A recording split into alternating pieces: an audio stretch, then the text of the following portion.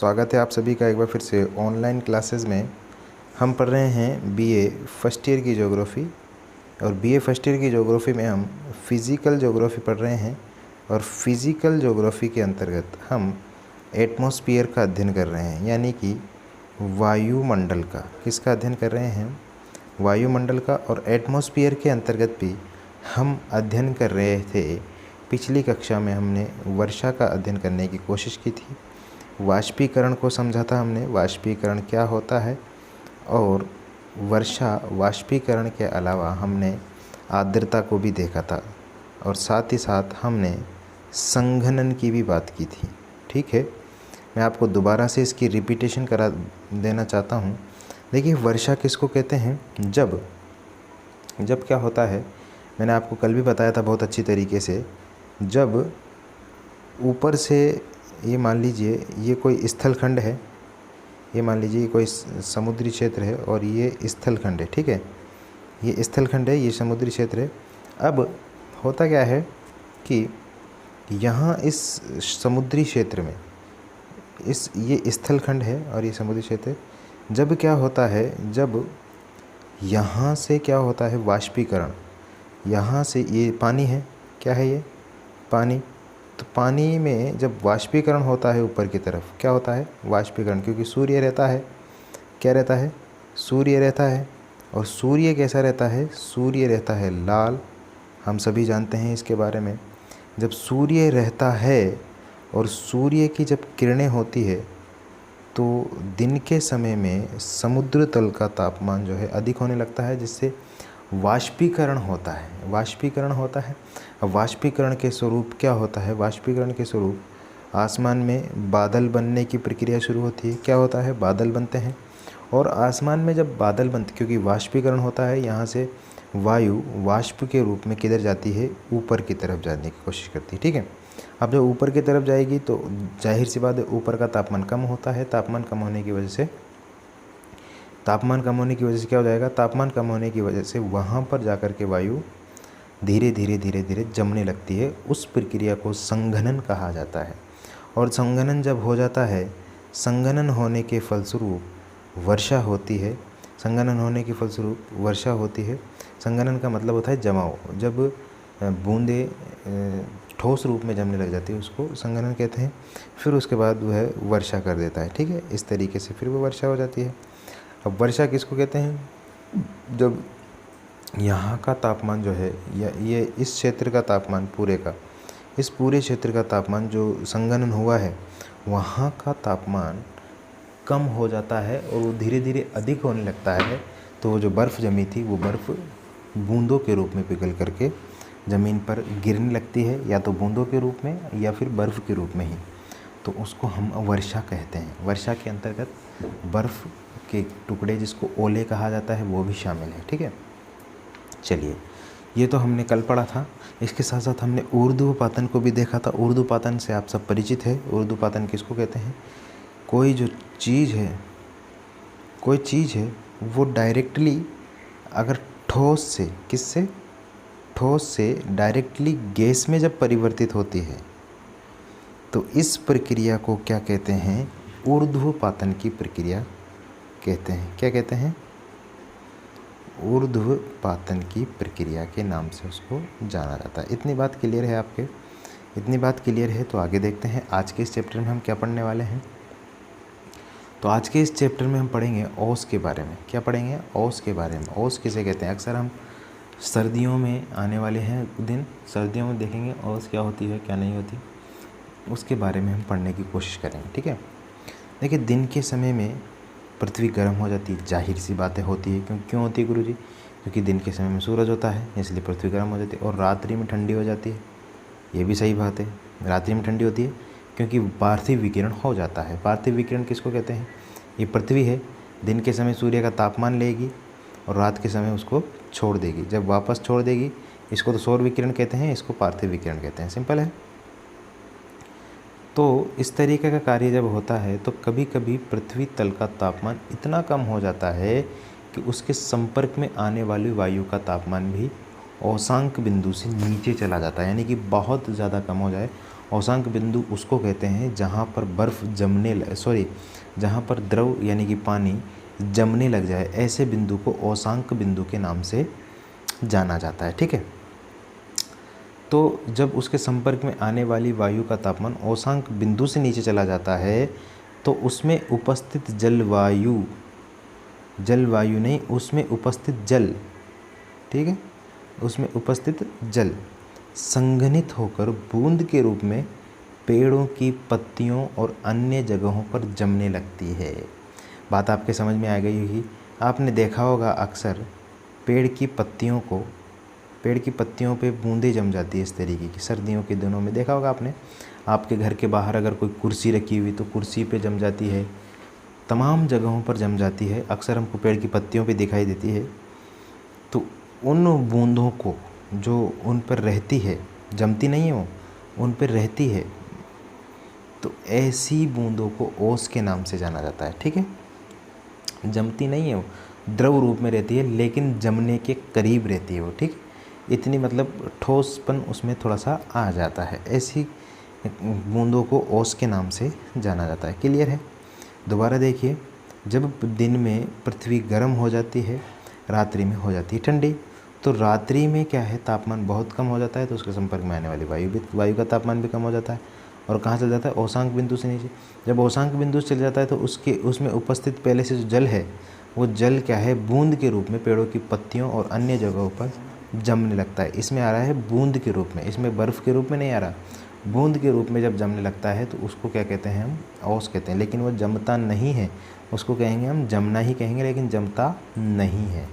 ठीक है, उस कंडीशन को क्या कहते हैं? ओस कहते हैं। इसके बाद देखते हैं हम पाला और कोहरा, इन दोनों को भी हम देखेंगे, इन दोनों में क्या अंतर होता है। तो सबसे पहले देख लेते हैं हम पाले को। पाला क्या होता है? देखिए गुरुजी, पाला जब वायु में उपस्थित जल वाष्प, जानिए जल वाष्प किसको कहते हैं, का तापमान 0 डिग्री से, कितने डिग्री से? 0 डिग्री से नीचे चला जाता है तो ओस की बूंदें संघनित हो जाती है और बर्फ़ के रूप में जमने लगती है, जिसे पाला कहा जाता है। बिल्कुल सिंपल सी भाषा में आपके समझ में आ गया होगा। देखिए, जब वायु का तापमान नीचे चला जाएगा, कितना नीचे? 0 डिग्री से नीचे चला जाएगा वायु का तापमान। तो 0 डिग्री से जब वायु का तापमान नीचे चला जाएगा तो ऐसी कंडीशन में बर्फ़ जमने लगती है। क्या जमने लगती है? बर्फ़। अगर बर्फ़ जमी है तो उसको कह देंगे पाला। क्या कह देंगे? पाला। अगर बूंद जमी है, क्या जमी है? बूंद, तो उसको क्या कह देंगे हम? ओस। क्या कह देंगे हम उसको? ओस। सिंपल है। अगर बूंदों के रूप में जमा हुआ है तो ओस कह देंगे, अगर बर्फ़ के रूप में जमा हुआ है तो क्या कह देंगे? पाला। सिंपल है बात। जब वायु में उपस्थित जलवाष्प का तापमान 0 डिग्री से नीचे चला जाता है तो ओस की बूंदें संघनित होकर के बर्फ़ के रूप में जमने लगती है। इस शब्द को आप पकड़ लेना, बर्फ़। ठीक है, तो उसी को क्या कहते हैं हम? पाला कहते हैं। अब देखते हैं पाले के बाद कोहरा। कोहरा किसको कहते हैं? देखिए, कोहरे की बात है तो देखते हैं इसमें कुछ अलग चीज़ होंगी। क्या अलग चीज़ है वो भी देख लेते हैं हम। देखिए, कोहरा धरातल के निकट की बात हो रही है, ऊपरी वायुमंडल की बात नहीं हो रही, निचले वायुमंडल की बात हो रही है। जलवायु के संघनन के कारण कोहरे की उत्पत्ति होती है। बात ध्यान देना, धरातल के निकट जलवायु के संघनन के कारण कोहरे की उत्पत्ति होती है। कोहरा वायुमंडलीय पारदर्शिता को कम कर देता है, वो तो सभी को मालूम है। यहाँ से खड़ा हुआ आदमी यहाँ के आदमी को नहीं देख सकता, क्योंकि बीच में क्या है? कोहरे का जमाव हो जाता है। ठीक है, धरातल या वायुमंडल की पारदर्शिता को जब 1 किलोमीटर से कम हो जाती है तो संघनित जलवाष्प के इसी रूप को कोहरा कहा जाता है। इस परिभाषा को आप याद कर लीजिए, हालांकि परिभाषा नहीं है, ये समझने के लिए एक चीज़ है। आपसे पूछ लिया कोहरा किसको कहते हैं, तो इस बात को याद कर लीजिए आप। धरातल या वायुमंडल की पारदर्शिता जब 1 किलोमीटर से कम हो जाती है, कितने किलोमीटर बोलो, 1 किलोमीटर से कम हो जाती है, तो संघनित जलवाष्प, संघनित जलवाष्प किसको बोलते हैं, जो जमने लगता है जलवाष्प, इसी के रूप को क्या कहते हैं, कोहरा कहते हैं। इस कोहरे में वायुमंडलीय गैसों का भी योगदान होता है, ठीक है, और धूल का भी इसमें थोड़ा बहुत योगदान रहता है। वायुमंडलीय गैस जैसे हमारे चूल्हे की जो गैस होती है निकलती है, कहीं अगर हमने सर्दी में अलाव तापते हैं हम, देखा है ना आपने, इस तरीके से लकड़ियाँ बिछा करके और ऊपर इसमें आग लगा देते हैं तो उससे निकलने वाला धुआं, वो धुआं चूल्हे से निकलने वाला धुआं, इसके अलावा तमाम तरीक़ों से निकलने वाला धुआं, चूँकि वो गर्म होता है, लेकिन सर्दियों में क्या है, एक लेयर ऊपर जमने लगती है हमारे वायुमंडल के ऊपर। अब अक्सर आप देखना एक लेयर जमने लगती है, एक परत जमने लगती है, तो वो जो धुआं जाता है वो उसको पार नहीं कर पाता, वो क्या करता है, उसको पार नहीं कर पाता। ऐसी कंडीशन में क्या होता है गुरुजी, तो ऐसी कंडीशन में वो इसी के कारण यहाँ पर जमने लगता है, ठीक है।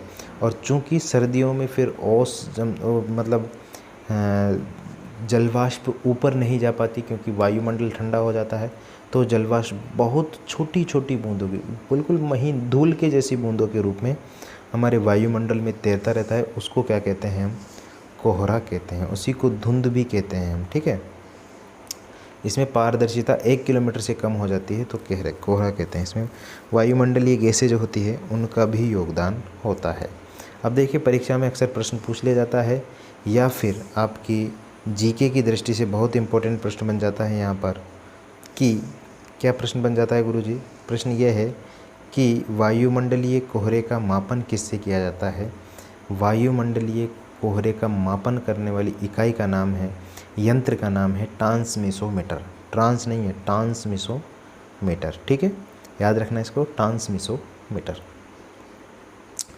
अब देखते हैं हम मेघों के बारे में, यानी कि हम पढ़ते हैं अब मेघों के बारे में कि मेघ क्या होते हैं, क्या नहीं होते हैं, ठीक है। मेघ यानी बादल, उन्हीं के बारे में अब की इस चर्चा करेंगे हम। देखिए बहुत सिंपल भाषा में बता रहा हूँ मैं आपको। वायुमंडल में मेघों के प्रकार पढ़ेंगे अभी हम। वायुमंडल में, किस में, वायुमंडल में अधिक ऊंचाई पर जलवाष्प संघनित होती है। वायुमंडल में जितनी ज़्यादा ऊंचाई पर हम जाएंगे उतनी ऊंचाई पर जलवाष्प क्या होने लगती है, संघनित बोले तो इकट्ठा होने लगती है, बोले तो जमने लगती है। तो उसके संघनन से एक विशाल जलराशि, नहीं हिम राशि, किसका, विशाल हिम राशि का निर्माण होता है। उसी को क्या कहा जाता है, उसी को कहा जाता है बादल, ठीक है। उसी को क्या कहा जाता है भाई, उसी को बादल के नाम से जाना जाता है। सिंपल है बात। वायुमंडल में अधिक ऊंचाई पर जलवाष्प क्या हो जाती है, संघनित हो जाती है, तो उसके संघनन से एक विशाल हिम राशि का निर्माण होता है। किसका निर्माण होता है, हिम राशि का।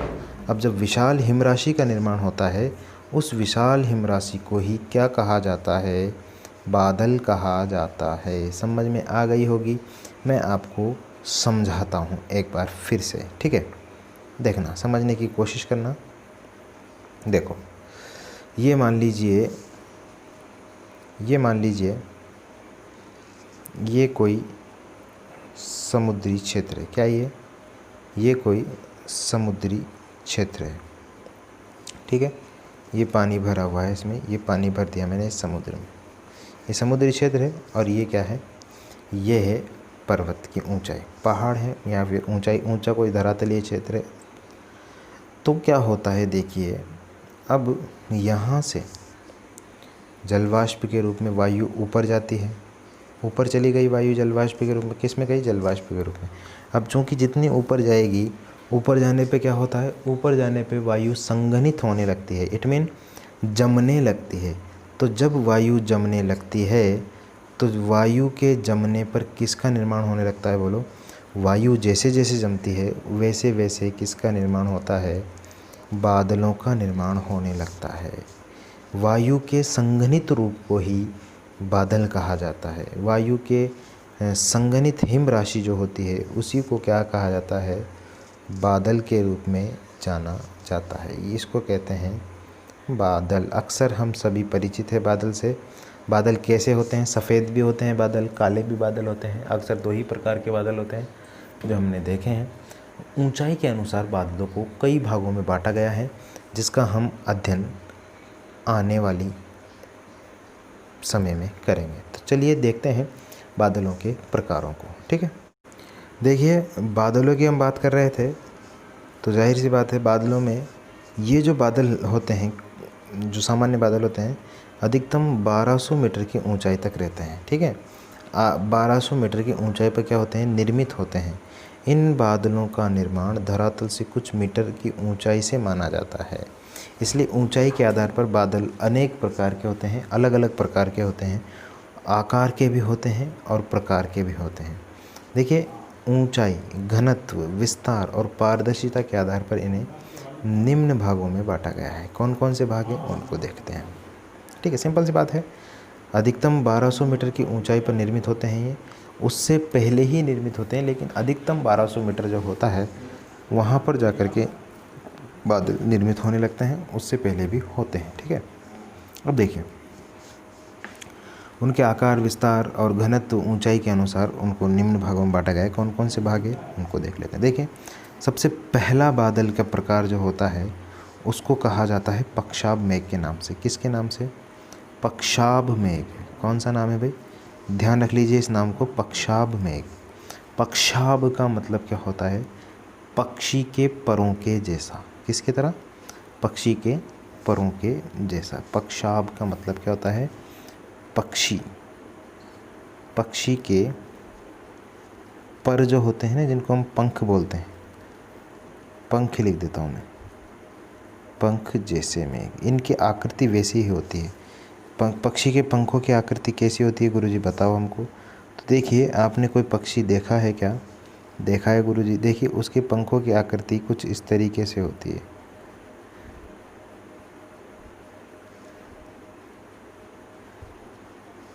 उसके पंखों की आकृति कुछ इस तरीके से होती है कि एक तरफ से धारदार होते हैं, दूसरी तरफ से थोड़े से इस तरीके से होते हैं। तो बादल इस तरीके से हमको जो दिखाई देते हैं आसमान में, उनको पक्षाभ मेघों के नाम से जाना जाता है। ये मेघ सबसे ज़्यादा ऊंचाई पर पाए जाते हैं। ठीक है, इनकी विशेषताएं हम देख रहे हैं। देखिए सर्वाधिक ऊंचाई पर ये मेघ पाए जाते हैं। सर्वाधिक ऊंचाई कितनी गुरुजी? सर्वाधिक ऊंचाई बोले तो 8000 से 12000 मीटर तक, यानी कि 8 किलोमीटर से ऊपर इन मेघों का निर्माण होता है। ठीक है, कितने? 8 किलोमीटर से ऊपर इन मेघों का निर्माण होता है। ये मेघ प्राय आसमान भरा रहता है इन मेघों से, क्योंकि बहुत ऊपर निर्माण होता है इनका। और अक्सर हम आसमान में देखते हैं तो हमको सफ़ेद सफ़ेद इसी तरीके के ऊंचे ऊंचे बादल दिखाई देते हैं। उन्हीं को पक्षाभ मेघों के नाम से जाना जाता है। इन मेघों से वर्षा नहीं होती। क्या नहीं होती? वर्षा कभी नहीं होती। और ये मेघ एक सफ़ेद चादर की तरह संपूर्ण आकाश पर फैले हुए ही होते हैं। ठीक है, ये मेघ संपूर्ण आकाश पर फैले हुए होते हैं एक सफ़ेद चादर की तरह। ये मान लीजिए ये आसमान है। क्या है ये? ये मान लीजिए क्या है? ये एक आसमान है। ठीक है,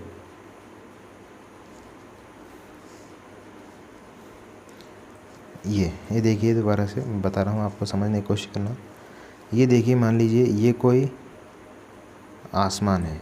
इस आसमान में सबसे ज़्यादा ऊंचाई पर यहाँ आपको कुछ इस तरीके के मेघ दिखाई देंगे, धारदार। ये धरातल है, तो सबसे ज़्यादा ऊंचाई पर जो मेघ होंगे उनको किस नाम से जाना जाएगा? उनको जाना जाएगा पक्षाभ मेघों के नाम से उनको जाना जाता है। ठीक है, सिंपल है। इसके बाद देखते हैं कपासी मेघ। कपासी मेघ देखते हैं, 4 प्रकार होते हैं मुख्यतः इनके। दूसरे प्रकार को देखते हैं हम, कपासी मेघ। ये मेघ अत्यधिक विस्तृत और गहरे काले रंग के होते हैं। दूसरे कपासी मेघ जो होते हैं काले रंग के और कपास के कलर के होते हैं। कपास के वो देखा आपने, बिनोले रुई होती है, उसी तरीके के। इन मेघों से भारी वर्षा, ओलावृष्टि और भयंकर बिजलियां कड़कती है। आसमान में ये बादल कपासी रुई की तरह दिखाई देते हैं। इनकी ऊंचाई 4000 से 7000 मीटर तक होती है। और इनकी आकृति कैसी होती है? गोभी के फूल के जैसी होती है। कैसी? गोभी का फूल आपने देखा है ना, गोभी का फूल वो ऐसा रहता है ऊपर से। गोभी का फूल ऐसा रहता है ऊपर से, और नीचे से तो चाहे जैसा भी रहे वो, लेकिन ऊपर इस तरीके से आपको आसमान में दिखाई देंगे। ऐसा लगता है जैसे रुई के गोदाम किसी ने ऊपर आसमान में छोड़ रखे हैं। उस प्रकार के बादल को कपासी मेघ कहते हैं, क्योंकि इनकी आकृति किस तरीके की होती है, कपास की जैसी होती है। कहाँ पाए जाते हैं, देखिए उनसे नीचे, वो 8000 से 12000 थे, ये 4000 से 7000 मीटर तक इनकी ऊंचाई होती है, यानी कि 4 से 7 किलोमीटर तक इनकी ऊंचाई पाई जाती है। इसके बाद देखते हैं स्तरीय मेघ। स्तरीय मेघ देखिए, स्तरीय मेघ ये इम्पोर्टेंट मेघ होते हैं। स्तरीय मेघ जिसको बोलते हैं, स्तरीय मेघों में देखिए ये बादल कैसे होते हैं, कोहरे के जैसे, जो धरातल के निकट पाए जाते हैं। इनकी रचना कई समान परतों में होती है। ये मेघ दो विपरीत स्वभाव वाली हवाओं के मिलने के बाद बनते हैं। और कहाँ बनते हैं, शीतोष्ण कटिबंधों में, शीत ऋतु में अक्सर ये बनते हैं। ठीक है, स्तरीय मेघ आपको समझ में आ जाएंगे। स्तरीय मेघों से भी वर्षा नहीं होती, और ये मेघ बनते हैं वाताग्री वाले क्षेत्रों में। जब दो विभिन्न प्रकार की वायु राशियाँ एक दूसरे के सामने आती है तो वहाँ पर इन मेघों का निर्माण होता है, और ये मेघ स्तरीय मेघों के नाम से जाने जाते हैं।